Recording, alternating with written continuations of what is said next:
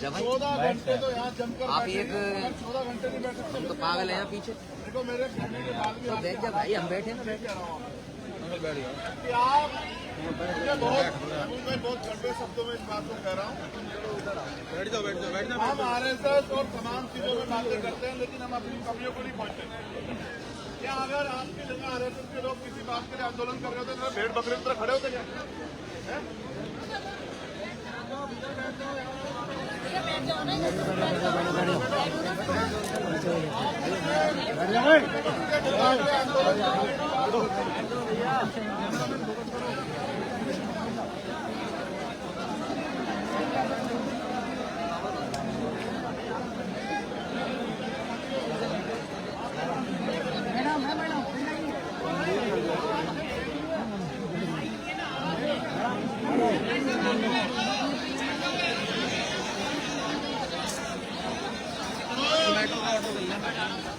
आज हमें सुनिश्चित करना है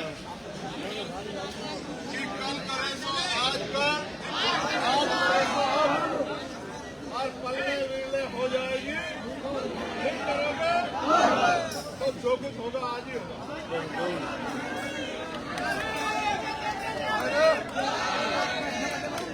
ये जो अत्यधिक गुस्सा है, ये भी खतरनाक है।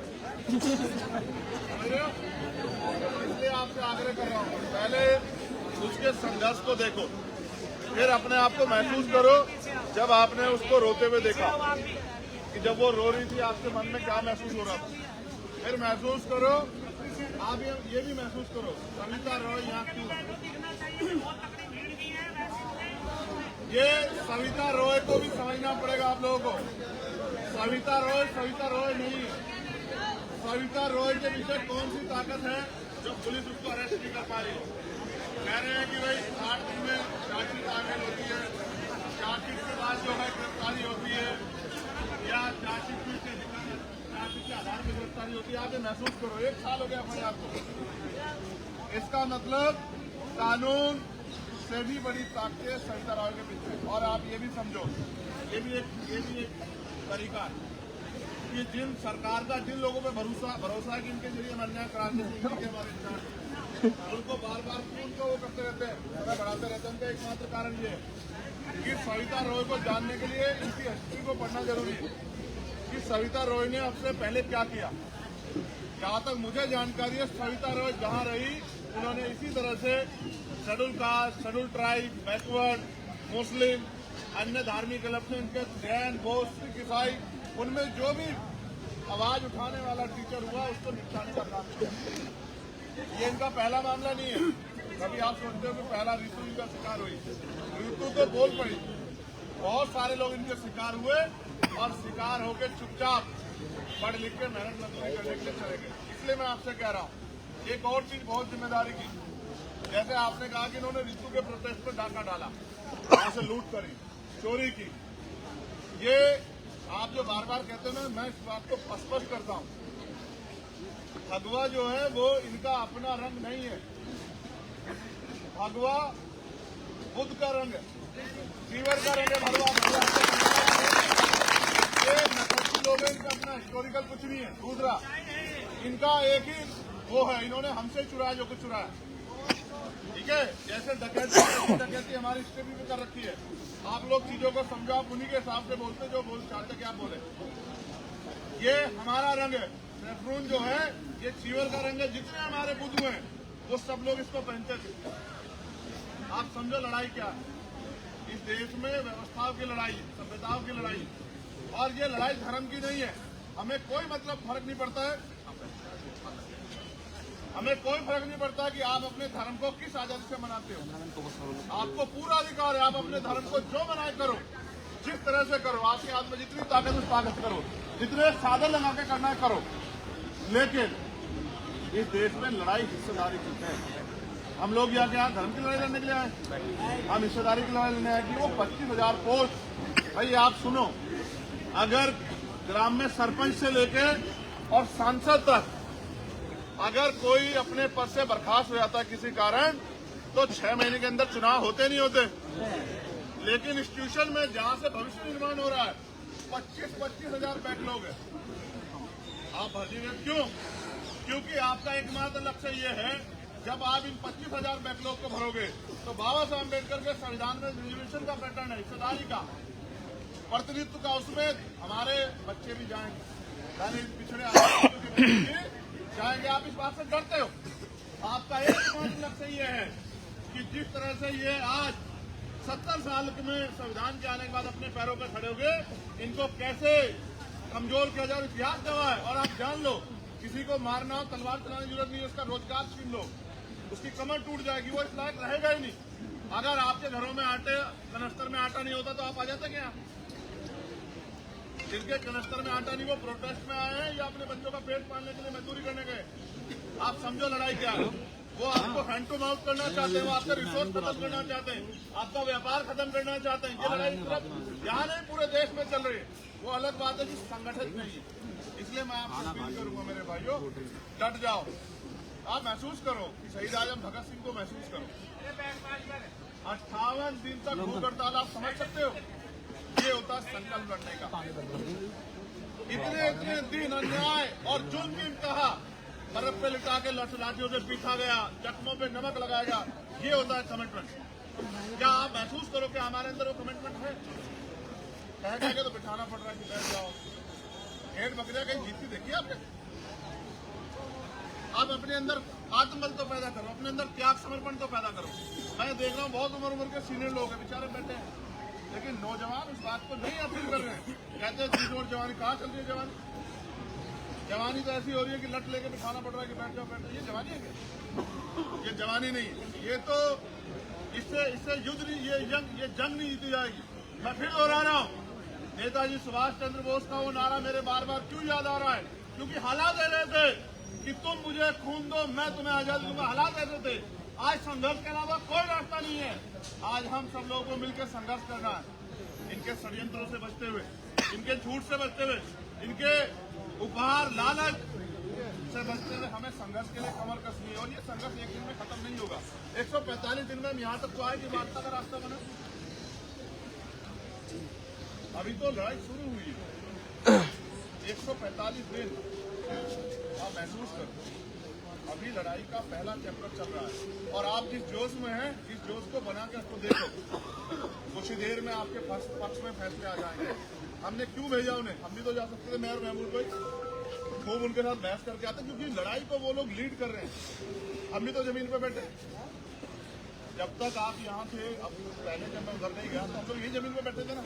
क्या भी पूछने लगेगा जब हम आपने बैठे? लड़ाई यहाँ स्वाभिमान सम्मान की आपस में नहीं है। यहाँ लड़ाई है उस बहन को, उस विषय को आगे बढ़ाने की जिस विषय पे जंग हो रही है। वो भी चाहते हैं कि हम लोग इधर उधर की बातें करें। हमें इधर उधर की बातें करनी नहीं। आज हम राजनीतिक बात थोड़ा कर रहे हैं। आज हम ये बात कर रहे हैं कि देश की इतनी यूनिवर्सिटियों में, इतने डिपार्टमेंट में जो बैकलॉग पड़ा हुआ है वो कब भरा जाएगा? क्यों नहीं भरी है सरकार?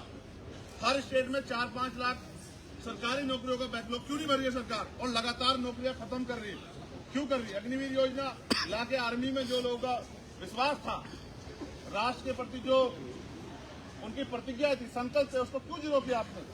और आर्मी के जो हमारे नरवाने साहब थे, जनरल साहब, उन्होंने क्या लिखा अपनी किताब में कि ये जो है आर्मी से भी नहीं पूछा इन्होंने किसानों के खिलाफ कानून बनाया, किसानों से भी नहीं पूछा। इन्होंने ड्राइवरों के खिलाफ कानून बनाया, ड्राइवरों से भी नहीं पूछा। इन्होंने जीएसटी लागू की, व्यापारियों से भी नहीं पूछा। नोटबंदी की, जनता से नहीं पूछा। लेकिन इनको समझो, इनका असल मकसद क्या है। लोग अपने दुख से दुखी नहीं, दूसरे के सुख से दुखी है। ये बात को भी तुम समझो। गरीब ये सोच रहा था नोटबंदी के समय कि अमीरों की जेब से पैसा निकलेगा। अमीर की जेब से कुछ नहीं निकलने वाला। अमीर के 2 रुपए निकलेंगे, आपका सब कुछ निकल जाएगा। इस देश में लड़ाई क्या समझो? जीएसटी की असल चोट किस पे पड़ रही है? बड़े उद्योगपतियों पे या छोटे व्यापारियों पे? जीएसटी की असल मार पड़ रही है छोटे व्यापारियों पर। मुझे कहने में कोई प्रेरणा में उत्तर प्रदेश का दौरा करके आया कि यहाँ से दिल्ली से एक लिस्ट आती है या लखनऊ शासन से एक लिस्ट आती है डिस्ट्रिक्ट में, और डिस्ट्रिक्ट के अधिकारी कहा था ये जाति धर्म के लोग हैं, इनकी एक दुकानें, इन दुकानों पर जाकर टैक्स का छापा मारना। ये जो इस सोच के साथ जो राज हो रहा है, इससे हमें समझना पड़ेगा। हम नहीं कह रहे, बिल्कुल नहीं कह रहे कि 22 तारीख को कोई आयोजन है, हमें उससे कोई दिक्कत, हम कह रहे हैं बहुत अच्छी बात है, कीजिए, लेकिन आपको ये भी सुनिश्चित करना पड़ेगा कि वो जो पैसा वहाँ खर्च हो रहा है, क्या देश में इतनी खुशहाली आ गई है कि सरकारी पैसा आप वहाँ खर्च कर रहे हो? आपको ये भी बताना पड़ेगा, हमें पूछना पड़ेगा। किसी अन्य धार्मिक आयोजन होगा तो आप उस पर भी इतनी शिद्दत से काम कर पाओगे? जो भगवान बुद्ध को मानने वाले लोग हैं, जो ईसा मसीह को मानने वाले लोग, जो खुदा को मानने वाले लोग हैं, जो वाहिगुरु जी को मानने वाले लोग हैं, जब उनकी धार्मिक आस्था का सवाल आएगा, क्या आप इतनी हिम्मत उठा पाओगे? असल ये है कि आप असल मुद्दों पे बात नहीं कर रहे। ये जो पैसा हम टैक्स देके आपको दे रहे हैं, आप इस पैसे का मिसयूज कर रहे हैं। ईश्वर, आपने देखा ना, ईश्वर कभी कहता है कि मुझे पैसा दो, ईश्वर तो कहता है देने वाला है। ठीक है, यहाँ तो राम के नाम पे भी लूट मची है। दोनों हाथों से लूटो, दिल खोल के लूटो, धर्म के नाम पे लूटो लूटो लूटो। लेकिन जब इनसे हम ये कहते हैं कि भाई इसमें हमारी भी हिस्सेदारी है, लूट में नहीं, हमारी हिस्सेदारी किस चीज में है कि हम भी टैक्स देते हैं, इस पैसे का कुछ हमारे बच्चों को छात्रवृत्ति दे दो, तो तब इनको श्राप हो जाता है। समझ रहे? इसलिए मैं आपसे कह रहा हूँ, हमें इन लूट को समझना पड़ेगा और लूट पे अपनी बात रखनी पड़ेगी। और जब तक हम सवाल नहीं करेंगे, ये जवाब नहीं देंगे। इनका एकमात्र उद्देश्य ये है कि जो ये चाहते हैं उस पर काम होता रहे। क्या हम इनके हिसाब से काम करेंगे? फिर हम गुलामी तो हुए ही नहीं हुए। वो अलग बात है कि मुझसे बड़े बड़े गुलाम भी यहाँ थे, अभी वो इधर उधर गए, वो टहले, लेकिन कब तक हम इस देश में गुलाम बनकर रहेंगे? आप बताओ। क्या हम ये लड़ाई गुलाम बनने के लिए लड़ रहे हैं? जब संविधान के रहते ये हालात है तो सोचो अगर संविधान न बचा तो क्या होगा? फिर ऋतु जैसी बच्चियां देख भी नहीं पाएंगी, देख भी इंस्टीट्यूशन की तरफ। समझ रहे हो? अगर इस देश में प्रधान से लेके और प्रधान छोड़िए वार्ड मेंबर से लेके और प्रधानमंत्री तक अगर बहन बेटियां बनी है तो ये डॉक्टर बाबा साहब अम्बेडकर के संविधान की वजह से जानते नहीं है। और हम ये भी नहीं कोशिश कर रहे, हम कमियां गिनाते, हम ये नहीं गिनाते कि हमारे इस देश के संविधान में खूबियां क्या है।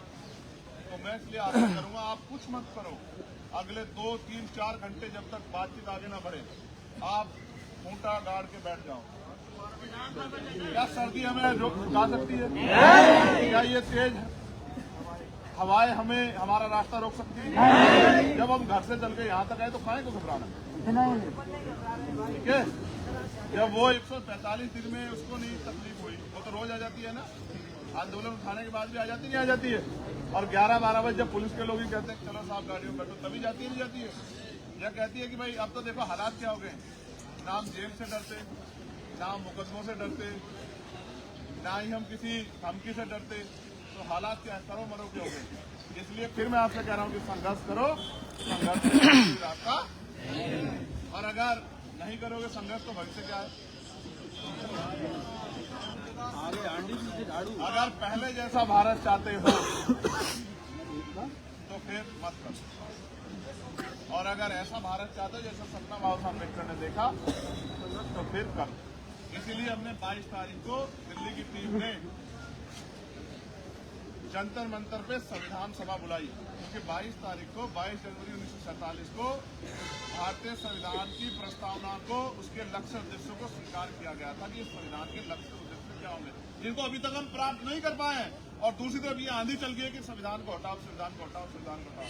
जो संविधान के लक्ष्य थे, जिन लक्ष्यों के लिए संविधान आया, जो उद्देश्य थे कि अंतिम व्यक्ति को भी सम्मान की जिंदगी मिले, अवसर की क्षमता, हक अधिकार मिले और उनके साधन संसाधन सुरक्षित रहे, वो तरक्की करे, वो अब तक सब लोगों तक नहीं पहुंची। लेकिन संविधान के खात्मे की बात होने लगी है तो वो संविधान की प्रस्तावना पढ़ के सरकार को बताना कि ये प्रस्तावना लागू कराने के लिए अगर आप इसको खत्म करने की सोच रहे तो ऐसा नहीं होने देंगे हम लोग। हम इस देश की धर्मनिरपेक्षता को बचा के रखेंगे, हम इस देश की संविधान की जो लक्ष्य उद्देश्य है उनको हम लोग संभाल के रखेंगे, उसको लागू कराने के लिए हम लोग संघर्ष करते रहेंगे। इसलिए आपसे कह रहा हूँ, मैं आशा उम्मीद करूँ कि जब जब यहाँ वक्ता बोलेंगे आप लोग बहुत उत्साहित होकर इधर उधर भाग कर आराम से सुनेंगे। कितने लोग हैं? नहीं, ईमान एक मिनट चलो, एक होता है ईमान, एक होता है ईमानदार। जो ईमानदारी से बैठेंगे, क्योंकि देखो मैं भी समझता हूँ, आप थोड़े से पीछे पीछे हो जाओ, क्योंकि है ना पैर सीधे नहीं होंगे, दिक्कत होगी। आप समझते ना, अपने आप को रिलैक्स कर लो, थोड़े से पीछे पीछे हो जाओ, पैर सीधे कर लो। मानो कि आप अब आपको आराम करना है, बहुत प्रयास हो गया आपको। इस तरह से होकर बैठो कि आप आराम से बैठ सको। पैर अगर नहीं, पैर मुड़े रहेंगे तो क्या होगा? पैर लंबे करो, आराम से बैठो। इस मिट्टी में हमारा खून शामिल है।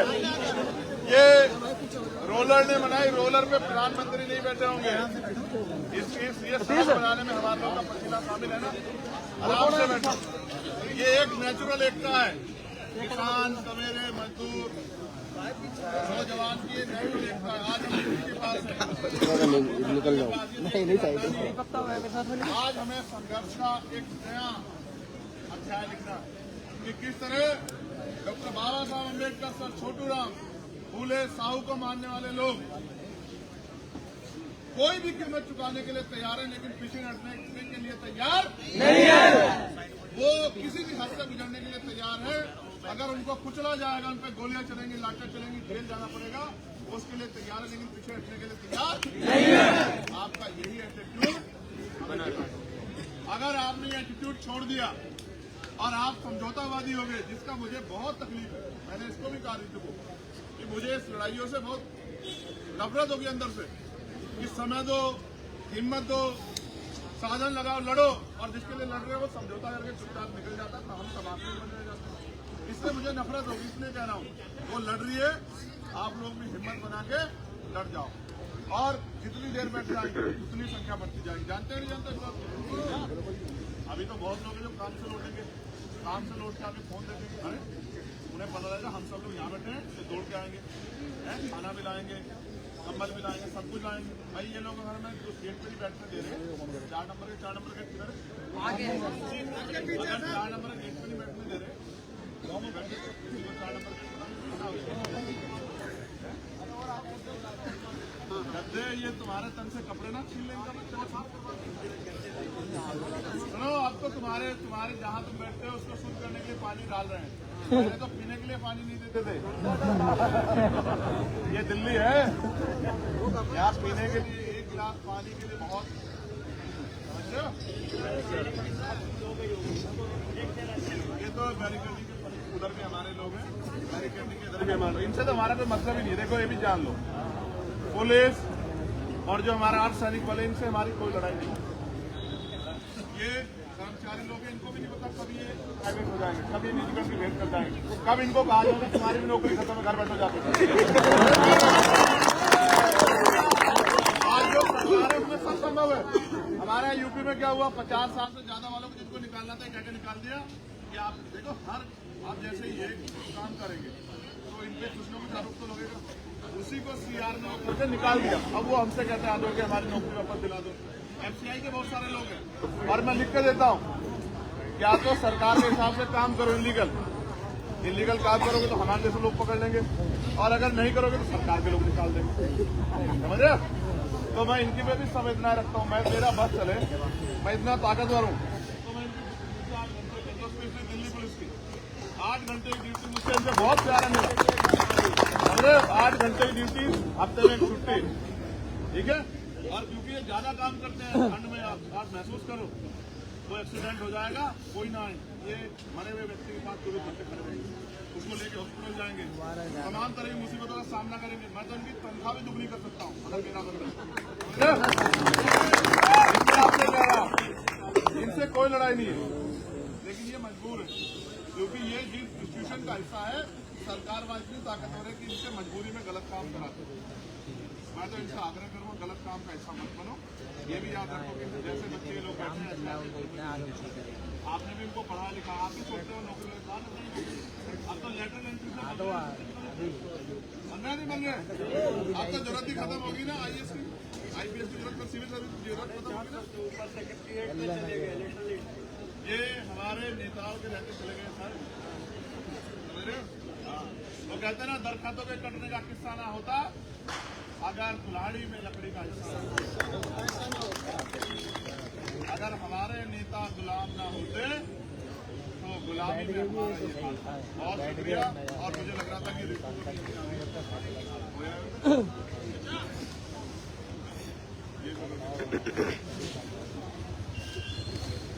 ऐसे ही चलते ना हमारे आंदोलन बिना भाई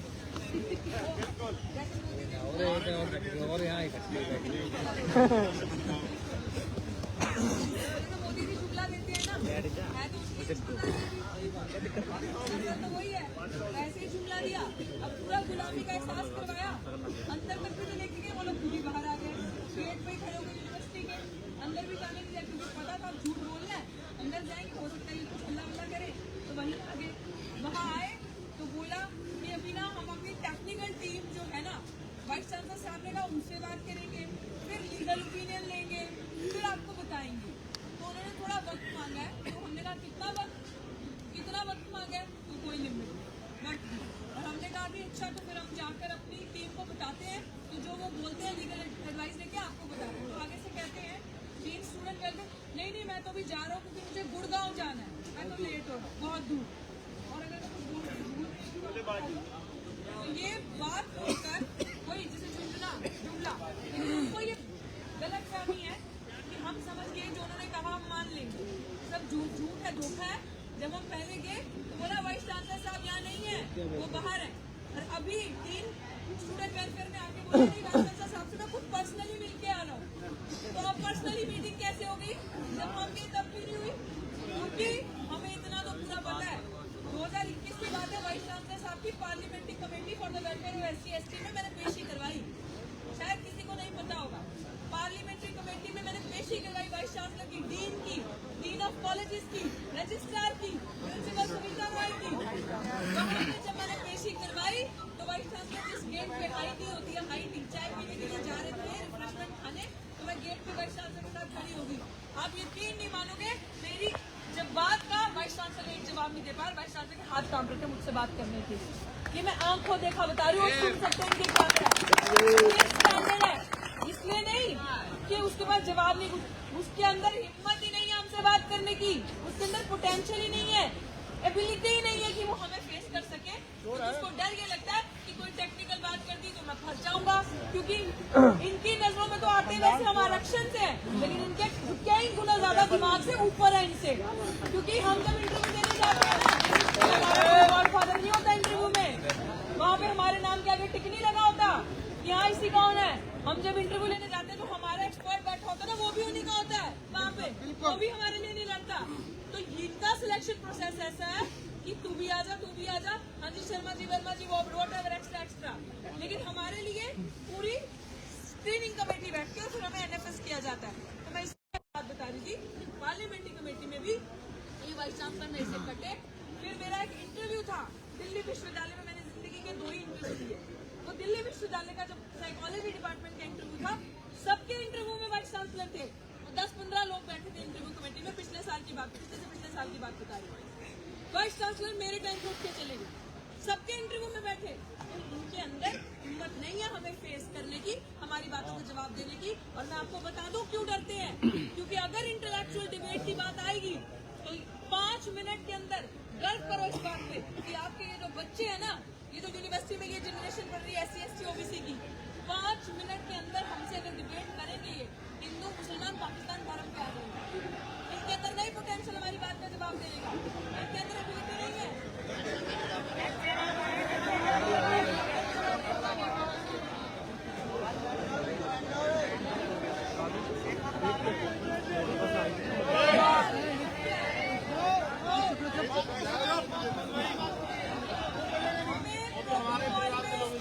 आराम से जाना है, आपको ये बताया जा रहा है कि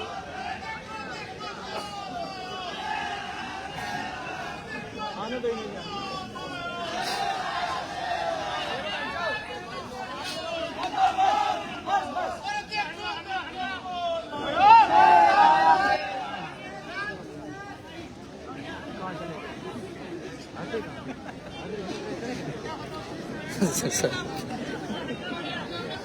सारे शेर वैल्यू कट्टे हैं। बट ये तो ये काम हो रहा है। सारी के तो ये काम हो रहा है तभी जीत नहीं पा रही। अब समझो बात को, हमसे बात क्यों नहीं करनी? सबकी शाखा लगती है, वहाँ पे जाते हो। अभी विश्व हिंदू परिषद का प्रोग्राम हो रहा है अंदर। किसी संगठन का क्या मतलब है? यूनिवर्सिटी जो सेकुलर प्लेस है उसमें किसी राजनीतिक दल का एक विशेष पर्टिकुलर दल का प्रोग्राम हो रहा है, ऐसा क्यों भाई? हम लोगों के प्रोग्राम्स नहीं होते? कैसे आरएसएस की रोज शाखा लगती है? तो ये सारी चीजें करवाई जा रही है ताकि आपकी जनरेशन को मूर्ख बनाया जाए और खत्म किया जाए। तो फैसला अब आपके हाथ में है कि जवाब तो इन्होंने दे दिया है, हटना है या यहाँ रुकना है। जितने और है उनको भी बुला लो, क्योंकि यहाँ से इनकी बस की कुछ नहीं हमें देना, और हम मांगेंगे कि नहीं, अब छीनना यही उपाय।